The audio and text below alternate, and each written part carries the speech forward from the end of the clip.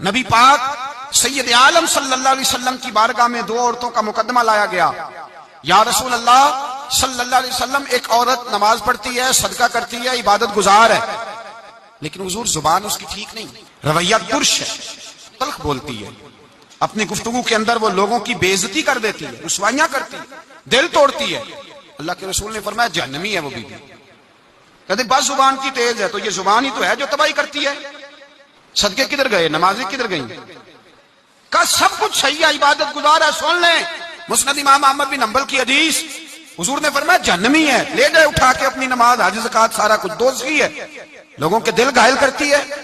عرض کی حضور مدینے کے فلانے محلے میں ایک بوڑھی اماں رہتی ہے، یا رسول اللہ غریب ہے، پنیر کے خشک ٹکڑے صدقہ کرتی ہے، بیچاری بوڑھی ہے، زیادہ نفل نہیں پڑھ سکتی، لیکن حضور اس کی زبان بڑی اچھی ہے، اپنے لب و لہجے پہ کنٹرول کرتی ہے، کسی کو تکلیف نہیں دیتی. میرے رسول پاک نے فرمایا جا کے اسے خوشخبری دے دو کہ اللہ کے رسول فرماتے ہیں رب تجھے ضرور جنت عطا فرمائے گا. ایک شخص نے مجھے کہا کہ میں بیمار ہو گیا ہوں، فلاں آدمی مجھ سے ناراض ہے، میری صلح کرا دیں، زندگی کا پتہ نہیں. میں نے ان سے گزارش کی، میں نے کہا یار صلح کر لیں. وہ کہہ رہا ہے، کہنے لگے میں آپ کے کہنے پہ صلح کر لیتا ہوں، لیکن جو لفظ اس نے کہے تھے وہ مجھے بھولتے نہیں.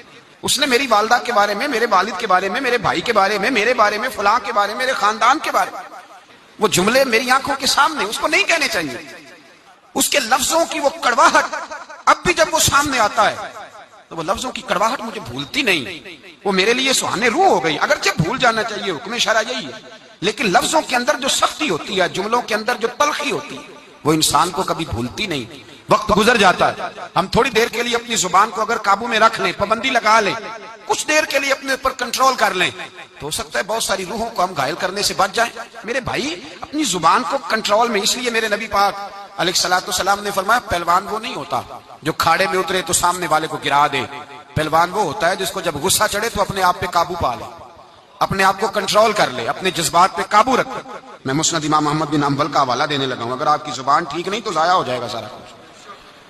لمبی نمازیں، آج زکاتیں، عبادتیں، اگر آپ کی زبان کڑوی ہے، اگر آپ جی میں منہ پہ کہہ دیتا ہوں، کہنے والے تو کہہ ہی دیتے ہیں، سننے والے کمال کرتے ہیں.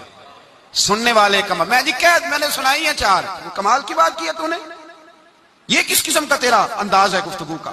درجنوں لوگ کیس لے کے آتے ہیں شام کو علماء کے پاس، تو آپ کسی عالم سے جا کے پوچھیں کہ صاحب صبح کے 20 اور درجنوں کیس آئے تو کیا مسئلہ پوچھا لوگوں نے؟ تو مسئلہ یہی ہے کہ میں غصے میں طلاق دے بیٹھا ہوں. قابو ہی نہیں ہے. خاتون بات کرتی ہے تو اتنا سخت جملہ کہہ دیتی ہے، اور خامد کے پاس پہلے ہتھیار موجود ہے، وہ تو کہتے ہیں مجھے ماں بدولت کوئی چھیڑ دیا ہے، مجھے نواب صاحب کو آپ نے کہہ دیا چلو طلاق طلاق طلاق، فارغ، چھٹی ہو گئی.